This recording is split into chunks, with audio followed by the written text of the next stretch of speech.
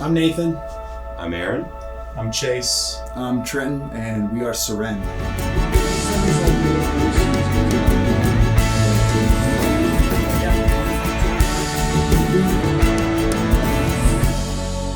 Well, Nathan and I were roommates, and we kind of went back and forth on whether we should make music together or not. And then one day, I think there was a few songs that we were like, all right, this would be fun to do a thing.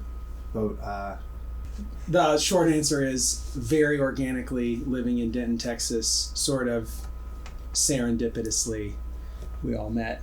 And these guys had actually known each other from high school, right? Nah, freshman year of college. Okay, from basically college. high school. Yeah. What's the difference? Whether it's stripped down playing acoustic or plugged in on a big stage, I think that's probably one of our strengths, is that we're able to adjust to the room and not have a one-size-fits-all performance.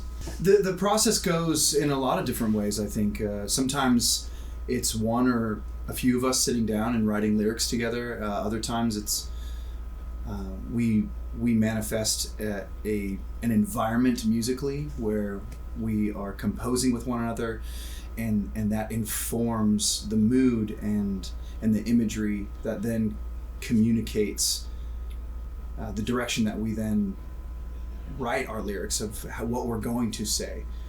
And so that itself kind of goes back and forth, and I mean, it will kind of come down to which composition we speak of, because I think we haven't even found like a singular form that works every single time. You can sit down and start riffing on a ukulele or like on a banjo, or maybe I'm playing a little synth patch, or Nathan's just sitting there with his electric, and he's got this like really nice mellow sound, and it just kind of like pulls the song out of all of us while we're playing. Yeah, that's kind of my theory, is somewhat reactionary. Somebody starts doing something or says something or tries a vocable, and then you just chase that until, and then at some point inspiration runs out, and that's all craft, right? When you run out of inspiration, it's all about having done it 1,000 times or spent 10,000 hours, and you know how to finish a song regardless of where you're kind of starting from. So honestly, I think at least for me, and maybe I speak for all of us, I think the biggest amount of trust that you have to learn in the songwriting process is trusting yourself.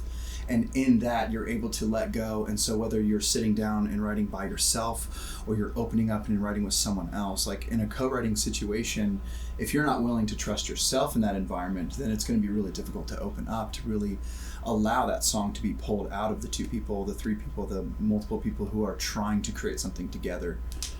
And I would say that in the years of working together, in a lot of ways, we would argue that we didn't really know necessarily what it meant to write a song before, and now there's a greater understanding of utilizing the different aspects to be able to communicate a story, to create an environment or a mood, that now we have that ability to like work together to form.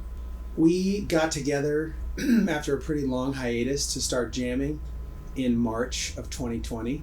And so we got together at Chase's house and had like a really fun time just being loud and banging on stuff. And then it was, hey, don't go over to your friend's house or else you might kill somebody.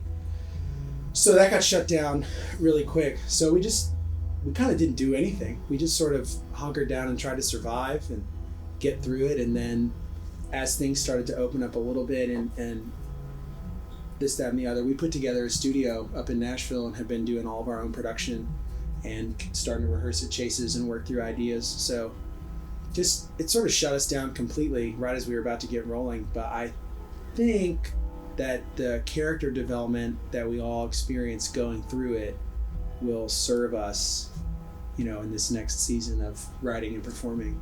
And I think especially since we had, it was like, speaking for myself and probably for all y'all too, having so much time to do nothing or something, I found myself wanting to do something, and so I would just, go to my basement by myself and like just start recording something and work on this and work on that, and just kind of riff around and figure out my way around a DAW and how to like, how should I mic this? How do I get things in phase? This, that, and the other. And I think that very much also sort of gave us a lot more tools in our like utility belt on being able to, where it's like, I can go up to the studio with just Aaron and the two of us can work on something, or maybe Nathan goes up by himself just to lay down a guitar line, or we're all up there. Trenton's doing something by himself, so. Definitely afforded us the time to sharpen some of our tools in the shed. The Kyser Theater is definitely one of our favorite places to play. Definitely.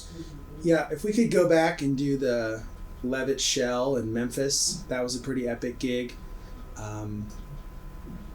Just anywhere there's people who are willing to give us their attention, and that's really all we're after.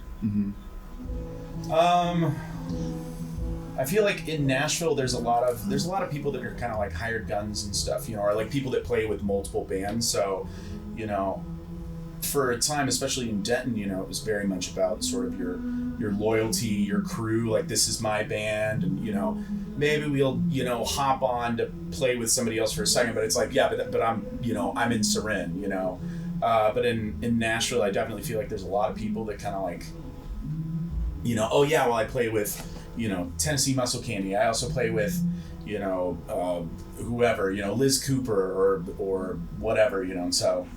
Those are real people, real bands, by the way. Yeah. Good bands. I mean, outside of Texas country, I definitely think the Texas music scene that we came up in was very much just like open-ended. Like, there was not really a commercial goal for anybody. So it was like just sort of whatever goes. But it's like people weren't trying to make money. They were trying to make music and get something out. And so the scene was very supportive of creativity and exploration and just like community and being weird, just doing whatever you wanted, whether it was black metal or some weird marimba folk or whatever you wanted to do. So yeah, I just think we just came up in a Texas scene that was sort of anything goes, which is, I think, very different from other places where they kind of have everything in a category.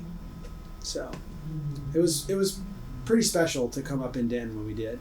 We're doing a single pretty much every month, trying to just hone that craft and get the music out to people. We have a ton of songs that we've written, and now we have a studio. We're just cranking them out and getting back out on the road and playing shows when and where we can, and just having fun and getting to meet people and see a lot of old friends and play.